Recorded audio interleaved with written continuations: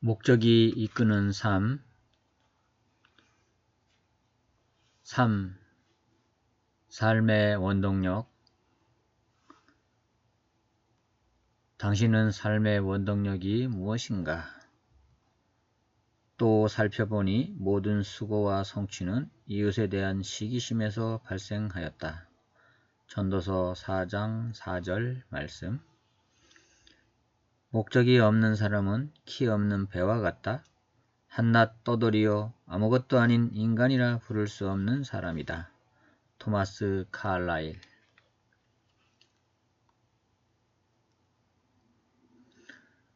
모든 사람은 무언가에 이끌려 살고 있다. 대부분의 사전은 이끌다 라는 동사를 길을 인도하다, 통제하다 또는 방향을 제시하다 라고 정의 내리고 있다. 자동차를 운전하든 못을 박든 골프공을 치든 우리는 그 순간 그것을 인도하고 통제하며 그것에게 방향을 제시하고 있는 것이다. 그렇다면 우리의 삶의 원동력은 무엇인가? 우리는 지금 특정한 문제, 중압감 혹은 마감 시간에 쫓기면서 끌려가듯 살아가고 있을지도 모른다. 과거의 기억, 계속 떠오르는 두려움, 혹은 입 밖으로 내보지 못한 잘못된 믿음에 의해 끌려가고 있는지도 모른다. 수백 가지의 상황, 가치, 그리고 감정이 우리의 삶을 이끌 수 있다.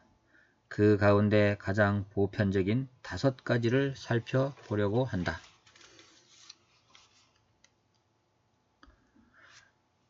첫째, 많은 사람들이 죄의식에 의해 끌려다닌다. 이렇게 과거의 죄의식에 의해 끌려다니는 삶은 후회에서 벗어나고 수치심을 감추기 위해 결국 삶 전체를 허비하는 것이다. 죄의식에 의해 끌려다니는 사람들은 기억에 의해 조작된다. 그들은 과거가 미래를 지배하도록 내버려 둔다. 그리고 때때로 무의식적으로 자신들의 성공을 파괴함으로써 스스로를 처벌하려고 한다. 가인이 죄를 지었을 때 그의 죄의식은 자신을 하나님의 임재로부터 멀어지게 했고 하나님은 너는 땅에서 피하며 유리하는 자가 되리라 라고 창세기 4장 12절에 말씀하셨다. 이 말씀은 목적 없이 헤매는 오늘날 많은 사람들의 삶의 모습을 그려주고 있다. 우리는 과거의 산물이지만 과거에 갇힐 필요는 없다. 하나님의 목적은 우리의 과거로 인해 제한받지 않는다. 그분은 모세라는 살인자를 지도자로 바꾸셨고 기드온이라는 겁쟁이를 용감한 영웅으로 바꾸셨다. 또한 우리의 남은 삶을 통해서도 엄청난 일들을 하실 수 있다. 하나님은 사람들이 새롭게 시작할 수 있도록 해주시는데 전문가이시다. 성경은 말한다. 허물의 사함을 얻고 그 죄의 가려움을 받은 자는 복이 있도다. 시편 32장 1절 말씀. 많은 사람들이 원한과 쓴 뿌리를 씹으며 살아간다. 그들은 상처를 입은 곳에서부터 벗어나지 못한다. 용서를 통해 고통에서 벗어나는 대신 머릿속에서 고통의 순간들을 계속 되풀이한다. 원한을 품고 사는 사람들은 여러 가지 모양으로 분노를 나타낸다. 침묵하며 분노를 내면화하는 사람도 있고 자신의 감정을 폭발시켜 다른 사람에게 그 분노를 쏟아붓기도 한다. 두 반응 다 건전하지 않으며 도움이 되지 않는다. 분노할 때 우리는 우리가 분개하고 있는 그 사람보다 우리 자신을 더 아프게 한다. 우리에게 상처를 입힌 사람은 이미 자기가 한 일을 잊고 살아가고 있는데 우리는 과거를 붙잡고 계속 고통 속에 괴로워하고 있다. 기억하라. 우리가 원한을 품고 상처를 계속 쌓아매고 있는 한 우리의 상처는 계속 상처로 남고 그 상처는 결코 아물 수 없다. 과거는 과거일 뿐이다. 아무것도 우리의 과거를 바꿀 수 없다. 우리는 원한을 품고 있기 때문에 스스로에게 상처를 주고 있다. 우리 자신을 위하는 가장 좋은 길은 과거에서 교훈만 얻고 잊어버리는 것이다. 성경은 이렇게 말하고 있다. 분노가 미련한 자를 죽이고 시기가 어리석은 자를 멸하느니라. 욥기서 5장 2절 말씀.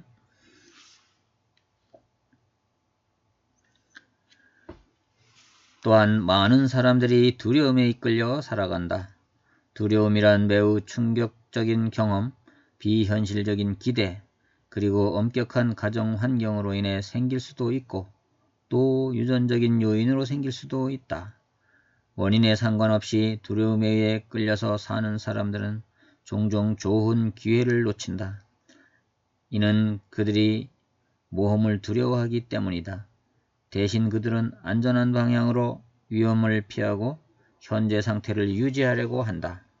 두려움은 스스로를 가둬놓는 감옥이라고 말할 수 있다. 그 감옥은 우리가 하나님이 원하시는 사람이 되는 것을 막을 것이다. 그렇기 때문에 우리는 믿음과 사랑이라는 무기로 반드시 맞서 싸워야 한다. 성경은 이렇게 말한다. 사랑 안에 두려움이 없고 온전한 사랑이 두려움을 내어 쫓나니 두려움에는 형벌이 있음이라. 두려워하는 자는 사랑 안에서 온전히 이루지 못하였느니라. 요한일서 4장 18절 말씀. 또한 많은 사람들이 물질에 이끌려 살아간다. 무언가를 획득하고자 하는 욕구가 삶의 목표가 된다. 항상 더 많은 것을 얻고자 하는 이 욕구는 더 많이 가지면 더 행복해지고 더 중요한 사람이 되며 더 안전할 것이라는 잘못된 생각에서 온다. 하지만 이 세 가지 모두 사실이 아니다. 소유물은 일시적인 행복만을 준다. 사물이 변하지 않기 때문에 우리는 결국 그것의 실증을 느끼고 보다 새롭고 더 크고 나은 것을 원하게 된다. 더 많은 것을 가지면 더 중요한 사람이 될 것이라는 것도 잘못된 믿음이다. 하지만 자아 가치와 소유 가치는 동일하지 않다.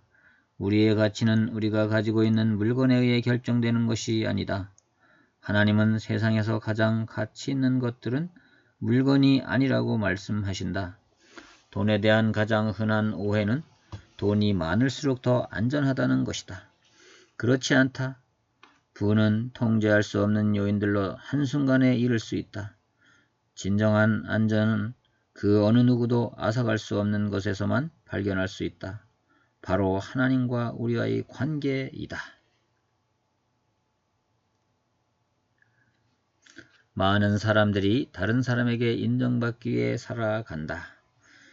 그들은 부모나 배우자 혹은 자식이나 스승 또는 친구들 그리고 수많은 사람들의 기대가 그들의 삶을 주관하도록 내버려둔다. 성인이 된 후에도 도저히 만족하지 않는 부모를 만족시키기 위해 노력하는 많은 사람들이 있다. 또 어떤 사람들은 주변의 압력에 끌려다닌다. 다른 사람이 자신에 대해 어떻게 생각하는지를 항상 걱정한다. 불행하게도 군중을 따라가는 사람은 군중 속을 헤매며 길을 잃게 된다.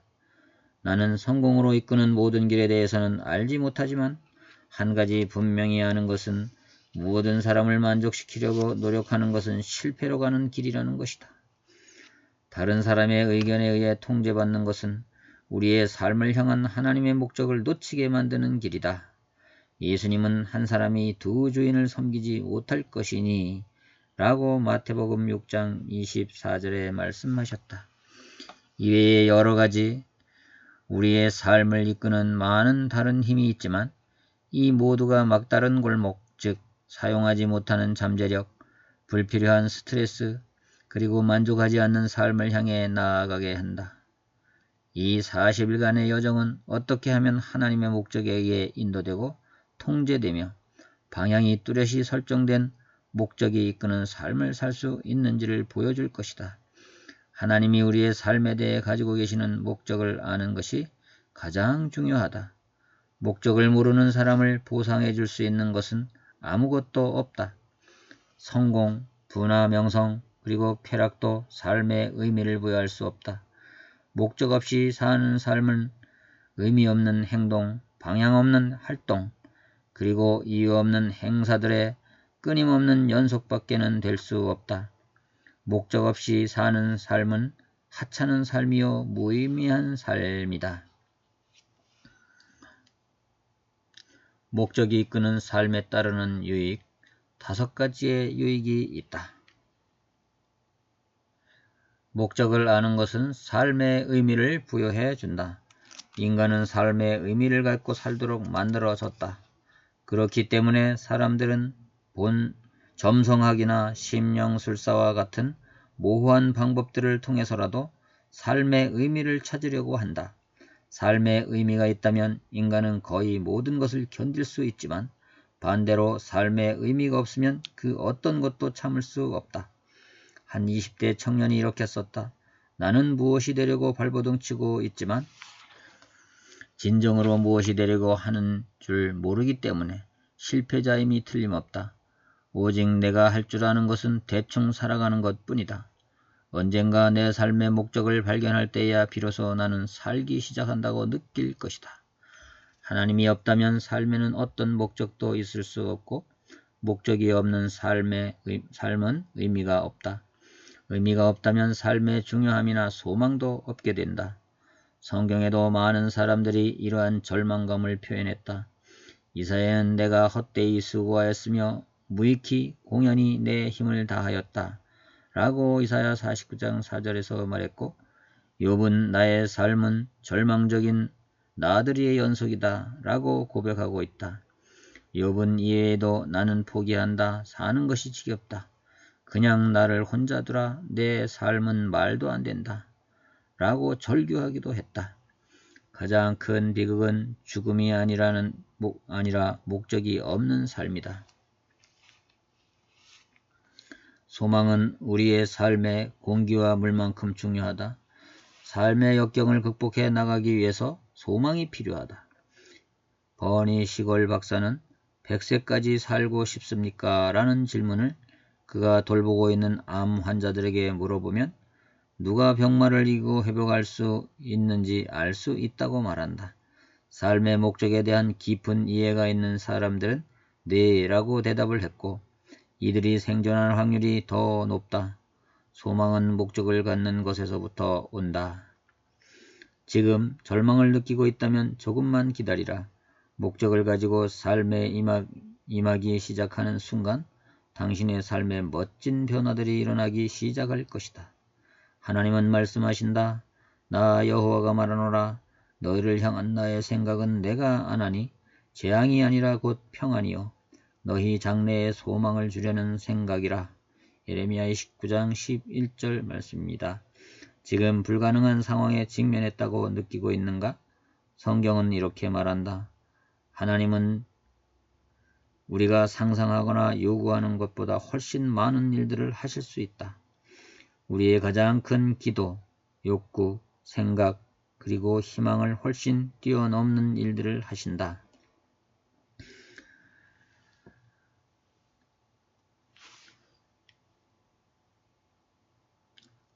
목적을 알면 우리의 삶은 단순해진다. 왜냐하면 그것은 우리가 무엇을 해야 하고 무엇을 하지 말아야 할지를 명확하게 해주기 때문이다.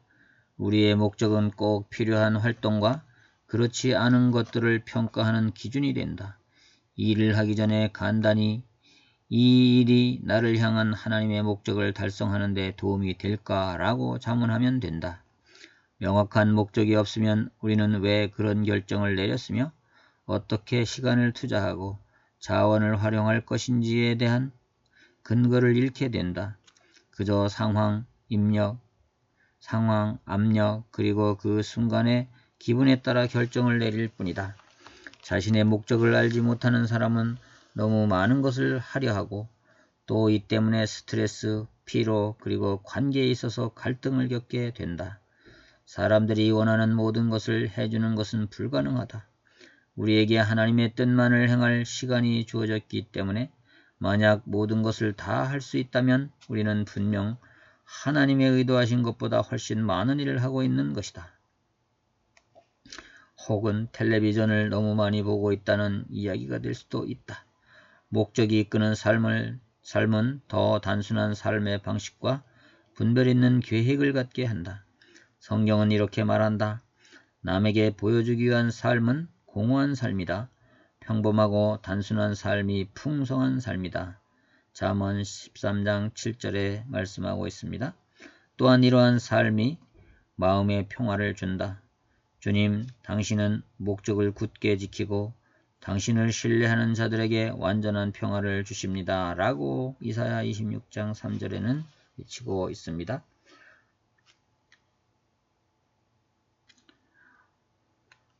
목적을 알면 초점을 맞춘 삶을 살게 된다. 이는 우리의 노력과 에너지를 중요한 것에 집중하게 해준다. 우리가 선택적으로 살게 되기 때문에 모든 것이 효율적으로 이루어지게 된다. 사소한 일들로 마음이 산란해지는 것은 인간의 본성이다. 우리는 우리의 삶에서 사소한 것들을 추구한다. 헨리 데이빗 소로우는 사람들이 조용히 자포자기하는 삶을 산다고 말했지만 오늘날 이에 대한 더 적합한 설명은 목적 없는 산만함이다. 많은 사람들이 회전판이 돌아가는 것처럼 정신없이 계속 회전하기만 할 뿐 그 어디로도 가지 못한다. 명확한 목적 없이 우리는 계속 방향을 전환하고 직업, 관계, 교회, 그리고 그 외의 외부적인 것들을 끊임없이 바꾼다. 그것이 우리 마음의 혼란스러움을 안정시켜주고 공허감을 채워주기를 바란다. 우리는 이번엔 다를 거야 라고 생각하지만 그 기대가 초점과 목적에 결여라는 진정한 문제를 해결해 주지는 못한다. 성경은 이렇게 말한다. 그러므로 어리석은 자가 되지 말고 오직 주의 뜻이 무엇인가를 이해하라. 에베소 5장 17절 말씀. 초점을 맞추는 것의 힘은 빛을 통해서 알 수 있다. 넓게 흩어진 빛은 힘이나 영향력이 거의 없다. 하지만 빛에 초점을 맞추면 에너지를 모을 수 있다. 돋보기를 통해서 태양빛을 모아 잔디나 종이를 태울 수 있다. 레이저 광선처럼 빛이 더 강하게 한 초점으로 모아지면 강철도 뚫을 수 있다. 목적이 있고 초점이 맞춰진 삶만큼 강력한 것은 없다. 성령의 능력을 힘입어 하나님의 손에서 받은 목적이 이끄는 삶을 살 때 하나님의 선한 뜻을 능력있게 감당할 수 있는 것이다. 역사에서 가장 큰 변화를 만들어낸 사람들은 가장 뚜렷한 목적을 가지고 산 사람들이었다. 예를 들어 사도 바울은 거의 빈손으로 로마 제국에 기독교를 전파시켰다. 그의 비밀은 초점이 맞춰진 삶이었다. 그는 이렇게 말했다. 나는 나의 모든 에너지를 이 한 가지에 집중시키고 있다. 과거를 잊고 미래를 기대한다. 빌립보 3장 13절 말씀입니다. 삶이 영향력을 갖길 원한다면 삶에 초점을 맞춰라. 그만 첨벙거리라.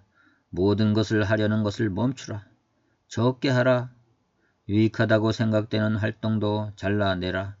그것이 유익하고 좋은 활동일지라도 가장 중요한 것들만 하라.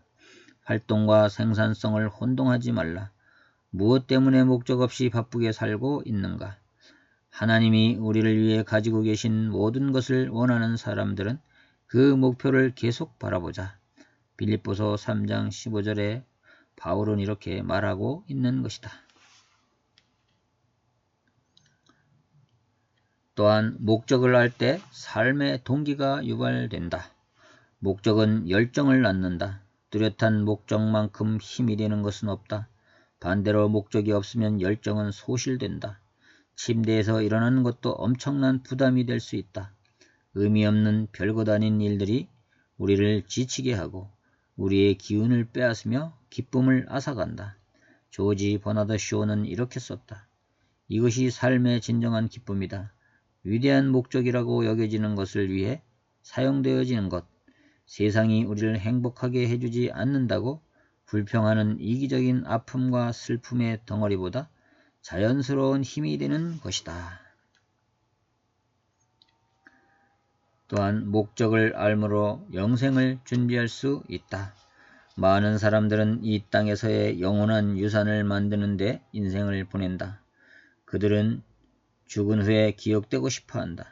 하지만 궁극적으로 중요한 것은 다른 사람들이 우리의 삶에 대해 어떻게 얘기하느냐가 아니고 하나님이 우리에 대해서 어떻게 생각하시느냐이다.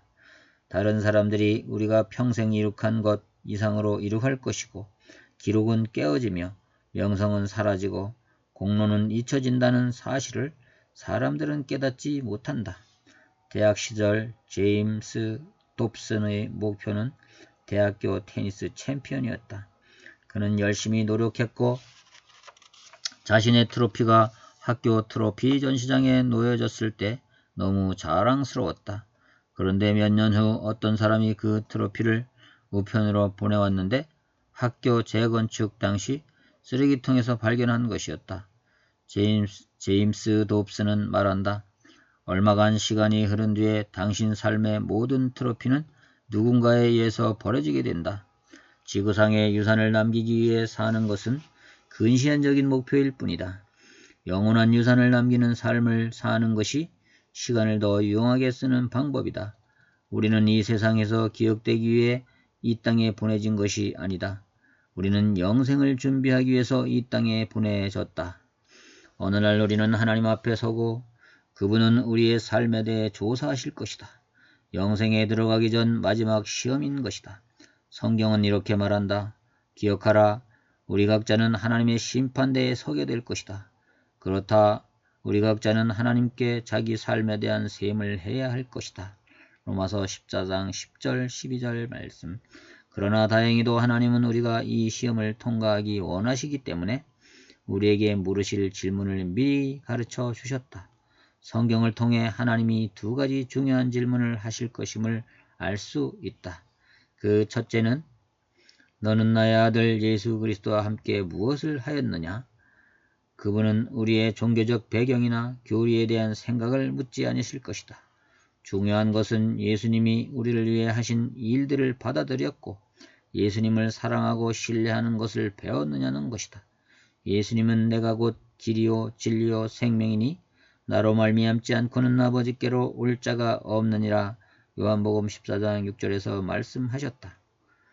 두 번째 질문은 내가 너희에게 준 것들로 너는 무엇을 했느냐 이다.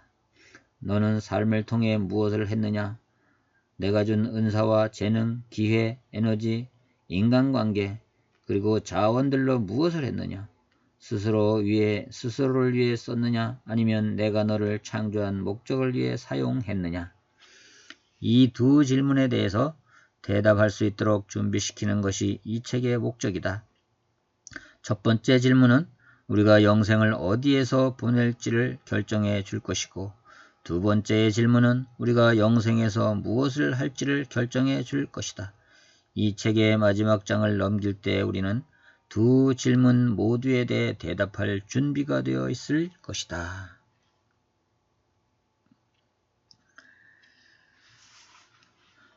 주께서 심지가 견고한 자를 평강의 평강으로 지키시리니 이는 그가 주를 의뢰함이니이다.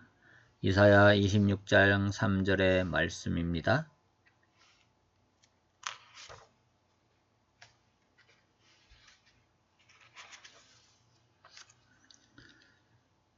목적이 이끄는 삶 세 번째 이야기, 삶의 원동력이었습니다.